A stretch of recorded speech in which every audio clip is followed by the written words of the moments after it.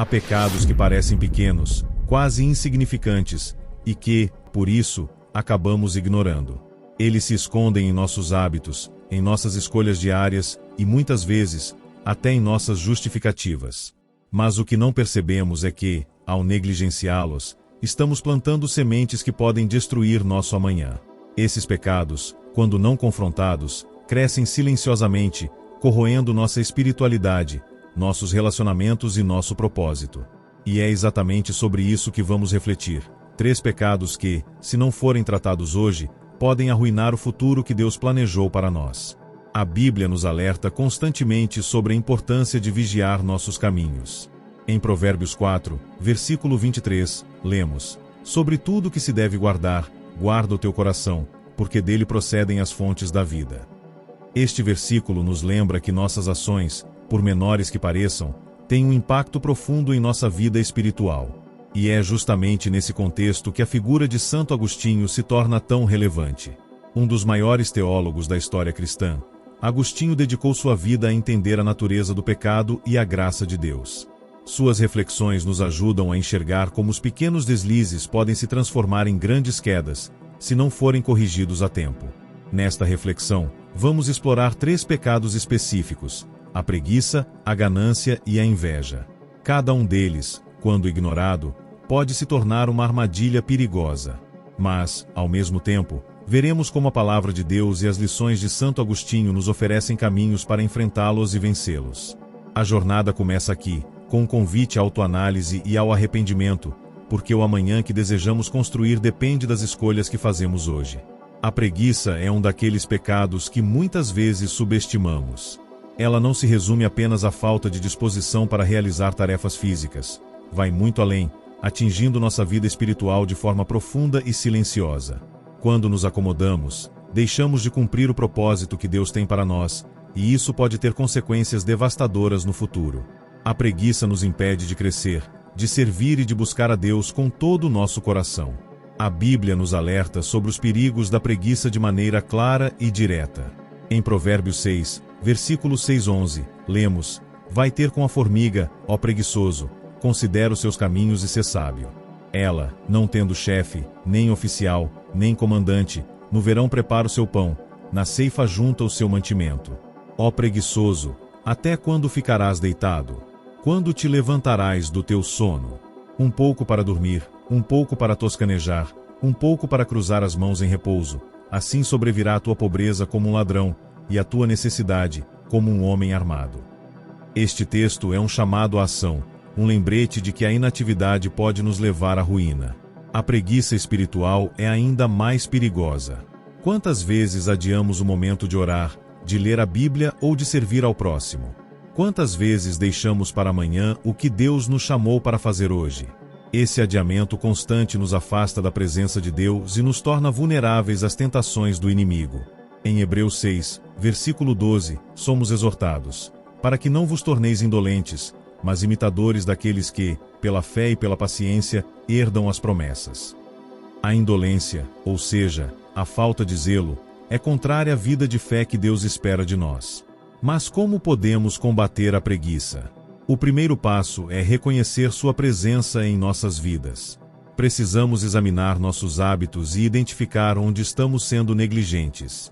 Depois, é essencial estabelecer metas claras e buscar a disciplina. A disciplina não é um castigo, mas uma ferramenta que nos ajuda a viver de acordo com a vontade de Deus. Em 1 Coríntios 9, versículo 27, o apóstolo Paulo diz: "Mas esmurro meu corpo e o reduzo à escravidão, para que, tendo pregado a outros, não venham mesmo a ser desqualificado." Paulo entendia que a disciplina era necessária para cumprir seu chamado. Além disso, precisamos nos lembrar de que nossa força vem do Senhor. Quando nos sentimos desanimados ou cansados, podemos clamar a Ele, como está escrito em Isaías 40, versículo 31, "Mas os que esperam no Senhor renovam as suas forças, sobem com asas como águias, correm e não se cansam, caminham e não se fatigam." Deus não nos deixa sozinhos nessa batalha. Ele nos capacita a vencer a preguiça e a viver uma vida plena e produtiva. A preguiça pode parecer um pecado pequeno, mas suas consequências são grandes. Ela nos rouba tempo, oportunidades e, principalmente, nosso relacionamento com Deus. Por isso, é crucial enfrentá-la com determinação e fé. Quando nos levantamos contra a preguiça, estamos dando um passo importante para construir um amanhã alinhado com os propósitos divinos. A ganância é um pecado que, muitas vezes, se disfarça de ambição ou de busca por segurança. Ela nos leva a acumular bens, riquezas e posses, na ilusão de que isso trará felicidade ou paz. No entanto, a ganância é uma armadilha perigosa, pois nos afasta de Deus e nos prende a coisas passageiras. Quando colocamos nossa confiança nas riquezas materiais, estamos negligenciando o que realmente importa, nosso relacionamento com o Senhor e nosso próximo. A Bíblia nos alerta sobre os perigos da ganância de maneira contundente. Em Lucas 12, versículo 15, Jesus diz: "Tende cuidado e guardai-vos de toda e qualquer avareza, porque a vida de um homem não consiste na abundância dos bens que ele possui." Esta passagem nos lembra que a verdadeira vida não está no que temos, mas em quem somos em Cristo. A ganância nos cega para essa verdade, fazendo com que valorizemos mais as coisas temporais do que as eternas. Um dos exemplos mais marcantes sobre a ganância na Bíblia é a parábola do homem rico, contada por Jesus em Lucas 12, versículos 16 e 21. Este homem colheu uma grande safra e decidiu construir celeiros maiores para guardar todos os seus bens. Ele pensou que, ao acumular riquezas, poderia descansar e desfrutar da vida. Mas Deus lhe disse: "Louco, esta noite te pedirão a tua alma, e o que tens preparado, para quem será?" A ganância deste homem o impediu de enxergar o que realmente importava, sua relação com Deus e o cuidado com sua alma. A ganância também pode nos levar a negligenciar os necessitados. Em 1 Timóteo 6, versículo 10, lemos: "Porque o amor ao dinheiro é raiz de todos os males, e alguns, nessa cobiça, se desviaram da fé e a si mesmos se atormentaram com muitas dores." Quando amamos o dinheiro mais do que a Deus e ao próximo, estamos caminhando em direção à destruição. A ganância nos torna egoístas, insensíveis e distantes da vontade de Deus. Mas como podemos combater a ganância? O primeiro passo é reconhecer que tudo o que temos vem de Deus. Em Tiago 1, versículo 17, está escrito: "Toda boa dádiva e todo dom perfeito vem do alto, descendo do Pai das luzes, em quem não há mudança nem sombra de variação." Quando entendemos que somos mordomos das bênçãos que recebemos, fica mais fácil compartilhá-las com os outros. A generosidade é o antídoto para a ganância. Outro passo importante é buscar o contentamento. Em Filipenses 4, versículo 11 de dezembro, o apóstolo Paulo diz: "Aprendi a viver contente em toda e qualquer situação.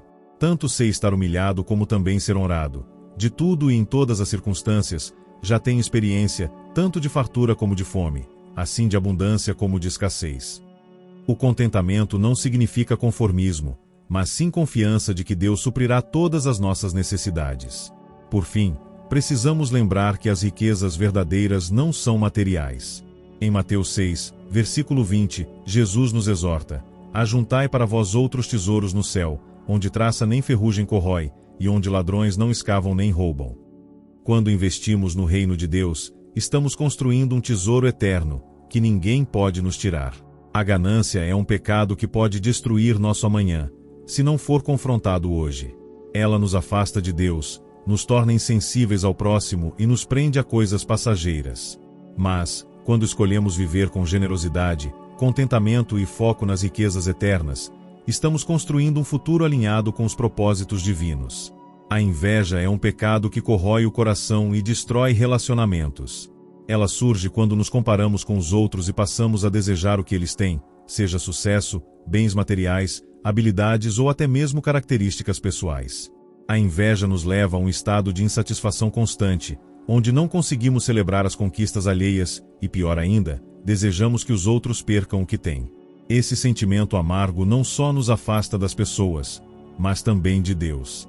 A Bíblia nos alerta sobre os perigos da inveja de maneira clara.